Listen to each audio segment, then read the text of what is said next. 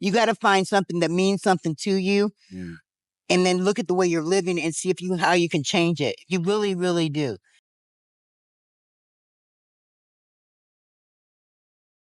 All right, welcome back, everybody. We found a special guest from back in the day. How you doing, Amy? Doing well. It's been a long time. You look great, Yes, by the way. Thank you very much. So you are currently in a sober living home? Yes, I am. All right. Do you mind telling us what the name of it is? It's called Resolutions. It's part of Desert Hope. Desert Hope? Yeah. Okay. And where's it located? It's on 1000 North Main Street in Las Vegas, Nevada. How have they helped you? Well, actually, the court helped me because I was getting in a lot of trouble still. And so I went to jail, and they have a new program. It's called Community Court. And they asked me if I wanted to do a 9-month program, contrary to spending time in jail. And I thought that might be the best thing for me in order to get myself back together again. How long have you been here? 6 months. I think I did a video right before you went in. Didn't we do an interview right before you went in? Probably about a year. Oh, maybe it was a year ago. Yeah. Okay. Okay, so you still needed to go out there, investigate some more out there, huh? All right, so you basically told us a little about what happened. Okay, what was the last straw? What made you decide to go in and just do it? The last straw was my right eye. I had went to the hospital multiple times with headaches, and they kept telling me I had pink eye, conjunctivitis. Yeah. And in reality, my ophthalmologist said that I had a cut cornea, and they could have saved it had they diagnosed it correctly. So I had to have my eye removed once I got here. Yeah. So that was like the last thing that could happen. After the COVID, after everything else, you know what I'm saying? Yeah.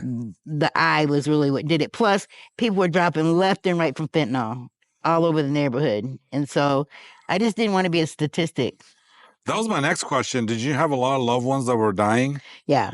All my crew I was hanging around with, and you met me. Yeah. Wow. Most of them. Yeah, a lot of them OD'd and died.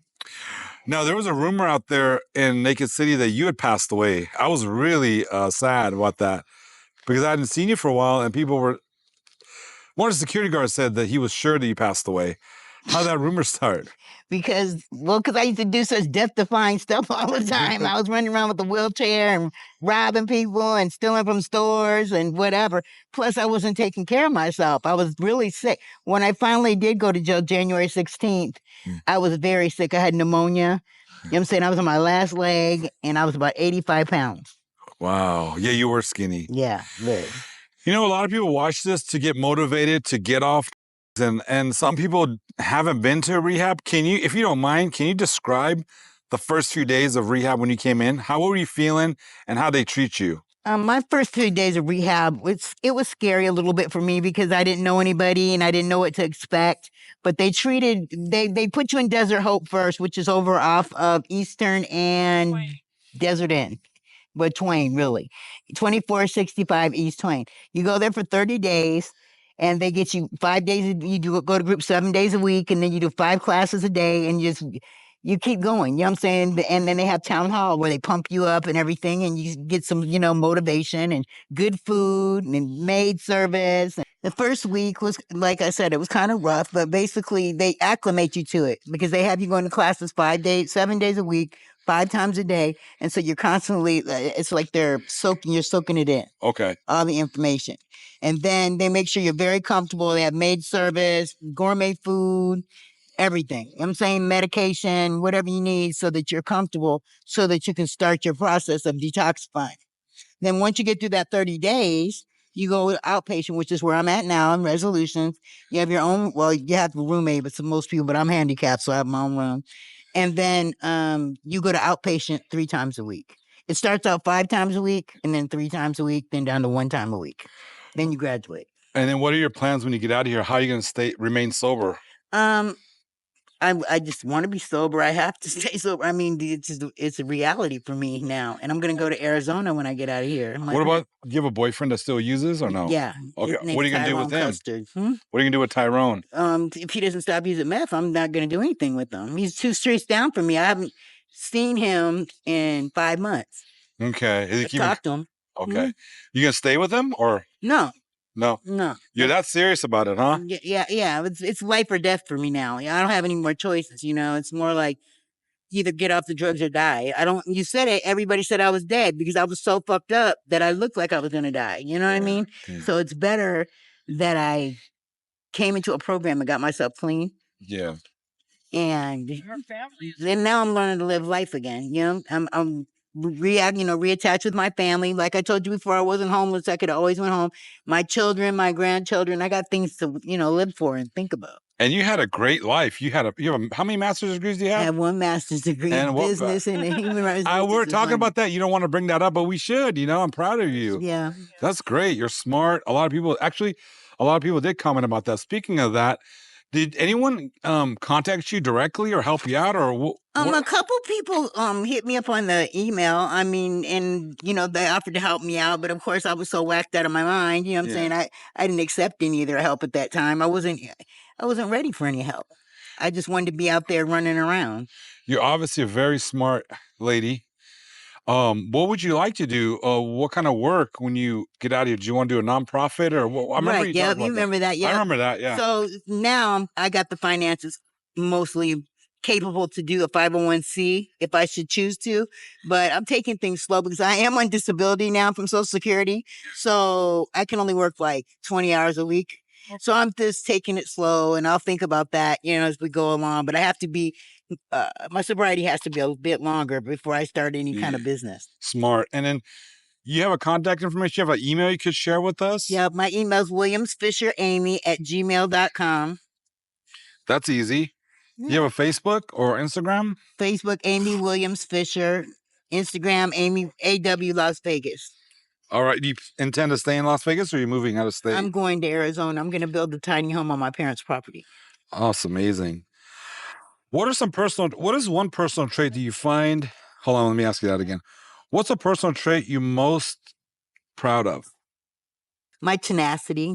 Yes. I didn't ever give up. No matter how bad it got, I just kept going. And then, finally having the realization that I had to get off the drugs and get out of the streets. You know what I'm saying? And being more aware. So I feel like I've accomplished a huge goal, right about now. 6 months as clean is pretty good so far. You've been using about 40 years? Off and on. We talked about that. Yeah. What was the reason, you think? What's the main reason you were using? To run away from stuff. Okay. So that I didn't have to deal with things. What's the hardest you're doing?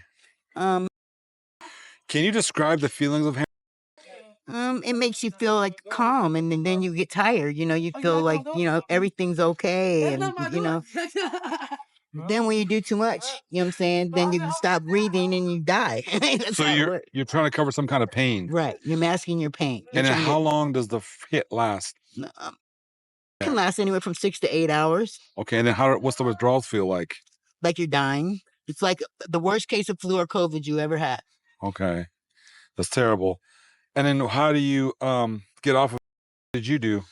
What did they do for you, medical staff? I'm a weak person. So usually what happens is I'll go to jail, then I have to go to the hospital. So then they got to bring me down off of it. You know what I'm saying? Yeah. So I don't have to hardcore kick it or anything. But I have before. The Los Angeles County Jail doesn't believe in that. And so when you go to that jail, you just kick it cold turkey. That's it. They don't care. Okay, I know women don't like to be asked their age, but you're in your late 50s or mid 50s? I'm 57. 57. Mm-hmm. I'm so glad you made it, Amy. What gives your life meaning?